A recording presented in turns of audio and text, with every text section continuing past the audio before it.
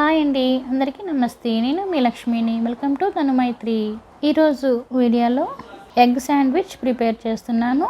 ఈ egg sandwich పిల్లల నుంచి పెద్దల వరకు చాలా ఇష్టంగా తినే శాండ్విచ్ అండి. ఈ ఎగ్ శాండ్విచ్ హెల్దీ కూడా. హెల్దీ బ్రేక్ఫాస్ట్ చాలా బాగుంటుంది. అయితే ఈ వీడియోని చూసే ముందు కొత్తగా నా ఛానల్ని ఎవరైనా చూసినట్లయితే ముందుగా నా ఛానల్ని సబ్స్క్రైబ్ చేసుకోండి.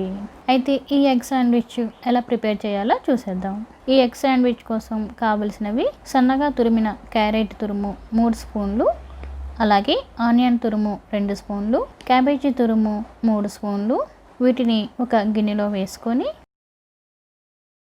రుచికి సరిపడగా సాల్టు, 1/2 స్పూను కారం, 1/2 స్పూను మిరియాల పొడి వేసుకొని బాగా కలుపుకోవాలి. తర్వాత 2 ఎగ్స్ని వేసుకొని మళ్ళీ బాగా కలుపుకోవాలి.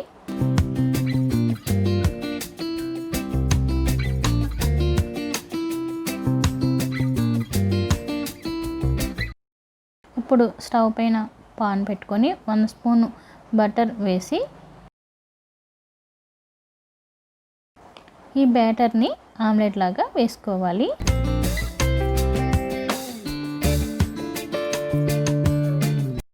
రెండు వైపులా కాల్చుకోవాలి. దీనిని ఒక ప్లేట్లో వేసుకొని 2 పీసెస్గా కట్ చేసుకోవాలి.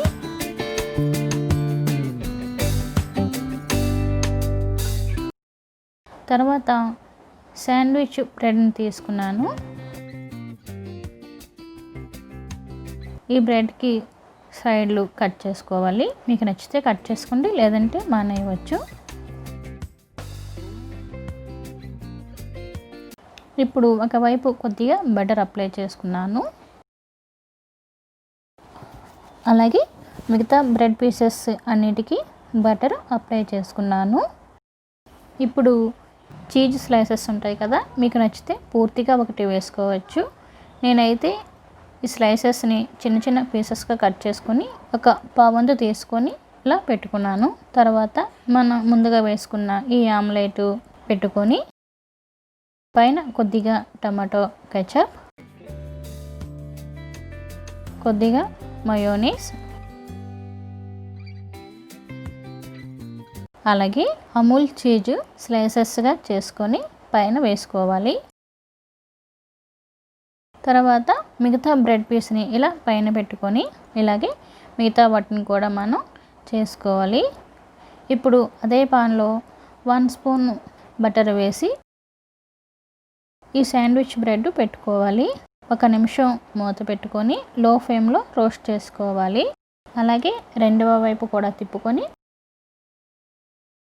మూత పెట్టి మరొక నిమిషం మళ్ళీ రోస్ట్ చేసుకుంటే మనకి ఎగ్ శాండ్విచ్ రెడీ అవుతుంది.